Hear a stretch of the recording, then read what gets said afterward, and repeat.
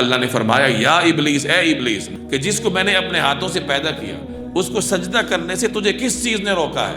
کیا تو نے تکبر سے کام لیا ہے یا تو بہت اونچی ہستیوں میں سے ہے؟ کیا سمجھتے ہو اپنے آپ کو؟ سجدہ کیوں نہیں کیا؟ ابلیس کہنے لگا انا خیر منہ، میں اس سے بہتر ہوں۔ گناہ بھی کیا، نافرمانی بھی کی، اور نافرمانی پر ڈٹ کر دلیل بھی دے رہا ہے کہ میں بہتر ہوں۔ کیوں؟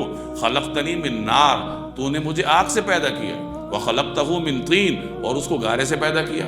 یعنی یہ شیطانی فلسفہ تھا کہ میں چونکہ آگ سے پیدا ہوا ہوں، جنات آگ سے بنے ہیں نا، اور آگ تو اوپر جاتی ہے، اس کی خاصیت ہے، اور یہ مٹی سے پیدا ہوا، مٹی نیچے جاتی ہے، تو میں افضل ہوں، میں کیوں سجدہ کروں؟ اللہ نے فرمایا فخرج منہا، اچھا یہاں سے نکل جا، فإنک رجیم، کیونکہ تو مردود ہے، وإن علیک لعنتی الی یوم الدین، اور یقین جان کہ قیامت کے دن تک تجھ پر میری پھٹکار رہے گی۔ قال، اس نے کہا، ابلیس نے، ربی، اے میرے پروردگار۔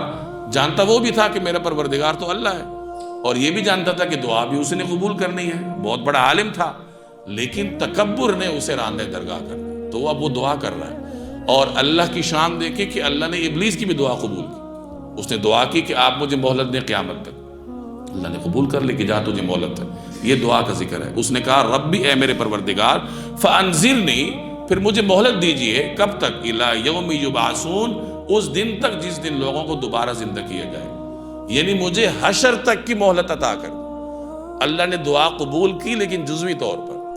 اللہ نے یہ نہیں فرمایا کہ حشر کے دن تک میں تجھے مہلت دیتا ہوں، بلکہ فرمایا کہ مخصوص مدت تک تجھے مہلت ہے، اور وہ مخصوص مدت کب تک ہے؟ قیامت تک، کہ جب پہلا سور پھونکا جائے گا تو جہاں اس وقت تمام لوگوں پر موت آئے گی، وہاں ابلیس بھی مر جائے گا۔